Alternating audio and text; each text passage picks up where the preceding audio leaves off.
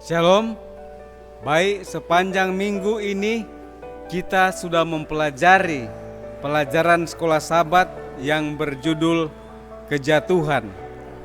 Dan kita sudah mempelajari tentang bagaimana ular, kemudian buah terlarang, bersembunyi dari Tuhan, nasib dari ular, dan nasib daripada manusia. Dan sekarang kita akan mendalami pelajaran sekolah Sabat kita. Sebelumnya mari kita berdoa. Bapa di sorga, urapi dengan hamba-Mu dengan kuasa Roh Kudus-Mu supaya boleh menyampaikan kesimpulan pelajaran sekolah Sabat pada saat ini. Ampun dosa kami, dalam nama Yesus Juru Selamat kami. Amin. Saudaraku yang kasih, pada pendalaman pelajaran sekolah Sabat, maka kita bisa melihat bahwa pada saat kita mempertimbangkan hubungan antara pohon kehidupan dan pohon pengetahuan tentang yang baik dan yang jahat. Saudaraku yang kasih, seperti kita ketahui bahwa kedua pohon ini ada di dalam atau ada di tengah-tengah Taman Eden. Dan perintah Allah kepada Adam jelas bahwa semua pohon di dalam taman ini boleh kamu makan, kecuali buah pohon pengetahuan yang baik dan yang jahat itu jangan kamu makan. Perintah Allah adalah jelas dan sebenarnya sangat mudah untuk dituruti oleh Adam. Nah, saudaraku yang kasih, pada saat Tuhan memberikan perintah ini kepada Adam, Hawa waktu itu belum diciptakan. Tetapi adalah kewajiban daripada Adam sebagai seorang suami, dia untuk memberitahukan perintah Tuhan kepada istrinya. Jadi Hawa dia sudah mengetahui bahwa pohon itu tidak boleh dimakan. Buah pohon pengetahuan yang baik dan yang jahat itu tidak boleh dimakan. Tetapi Hawa dia tidak mendengarkan firman Tuhan. Yang menyebabkan kejatuhan manusia pertama, Hawa, itu adalah karena dia tidak mempercayai apa yang Tuhan katakan. Saudaraku yang kasih, kebanyakan sekarang ini juga orang-orang, firman Tuhan sudah jelas. Firman Tuhan begitu jelas sehingga seorang anak kecil pun bisa memahaminya. Tidak akan salah asalkan dengan kuasa Roh Kudus Tuhan untuk menuruti perintah Tuhan. Seperti Raja Salomo, dia berkata di dalam buku atau kitab Amsal pasal 3 ayat 1 dan 2. Hai anakku, janganlah engkau melupakan ajaranku, dan biarlah hatimu memelihara perintahku. Karena panjang umur dan lanjut usia serta sejahtera akan ditambahkannya kepadamu. Saudaraku yang kasih, mendengarkan perintah Tuhan itu adalah syarat agar supaya bisa panjang umur dan bisa memiliki kedamaian atau damai sejahtera. Saudaraku yang kasih, perintah Tuhan itu sangat jelas. Di dalam pendalaman sekolah Sabat ini, di dalam nasihat bagi sidang, hamba Tuhan Nyonya White mengatakan di dalam jilid 3 halaman 484, ketika Tuhan menciptakan Hawa, dia merancang Hawa tidak boleh memiliki inferioritas atau superioritas kepada laki-laki.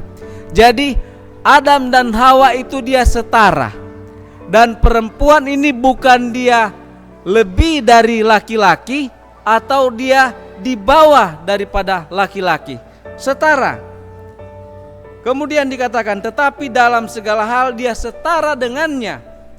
Pasangan suci itu tidak memiliki kepentingan yang independen satu sama lain, namun masing-masing memiliki individualitas dan dalam berpikir dan bertindak. Jadi ada kepribadian masing-masing.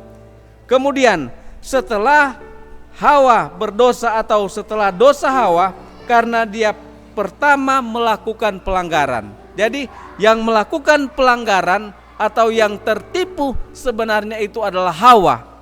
Adam dia tidak tertipu. Dia mengetahui kesalahan dan dia mengikuti kesalahan. Jadi jangan ambil contoh kepada Adam. Jadi seharusnya kalau ada satu kesalahan atau ada satu dosa, maka marilah kita datang kepada Tuhan untuk mengakui, bertobat, kemudian tinggalkan dosa itu. Kemudian dikatakan, tetapi setelah dosa Hawa, karena dia pertama melakukan pelanggaran, Tuhan mengatakan kepadanya bahwa Adam harus memerintahnya. Jadi sebelumnya itu ada kesetaraan, tapi setelah jatuh ke dalam dosa, maka Hawa harus tunduk kepada Adam atau kepada suami. Dia harus tunduk kepada suaminya, dan ini adalah bagian dari kutukan. Tapi dikatakan selanjutnya, dalam banyak kasus kutukan telah membuat banyak wanita sangat berduka dan hidupnya menjadi beban. Oleh sebab apa? Karena keunggulan yang diberikan Tuhan kepada laki-laki telah disalahgunakannya dalam banyak hal dengan menjalankan kekuasaan yang sewenang-wenang atau otoriter. Kebijaksanaan tak terbatas menyusun rencana penebusan yang menempatkan umat manusia pada percobaan kedua dengan memberikan mereka ujian. Saudaraku yang kasih, Tuhan masih memberikan kesempatan kepada manusia pertama agar supaya mereka bisa bertobat dan akhirnya mereka tidak langsung dibinasakan oleh Tuhan. Rencana penebusan sudah dimulai sebelum manusia diciptakan. Bapa, Anak, dan Roh Kudus mereka bersatu, bekerja bersama-sama pada saat mereka menyatakan satu rencana penebusan yang besar. Dan Yesus Kristus, dia adalah Allah, kemudian dia menjadi manusia. Dan dia memberikan satu teladan bahwa pada saat manusia mau hidup berjalan seturut dengan kehendak Tuhan, dengan kuasa Roh Kudus Tuhan, maka mereka akan dikembalikan bersama-sama untuk menurut hukum Tuhan. Dan itu kita bisa buka di dalam buku Wahyu pasal 22 ayat 14. Di sana dinyatakan bahwa berbahagialah mereka yang membasuh jubahnya, atau berbahagialah mereka yang menurut perintah Tuhan. Akhirnya mereka itu yang akan masuk ke pintu gerbang, dan mereka akan kembali makan buah pohon kehidupan. Dan satu kebahagiaan abadi yang akan kita nikmati, yaitu pada waktu Yesus datang pada kali yang kedua, kita akan bersama-sama dengan Tuhan 1000 tahun, kemudian akan sampai selama-lamanya. Tidak ada lagi dosa.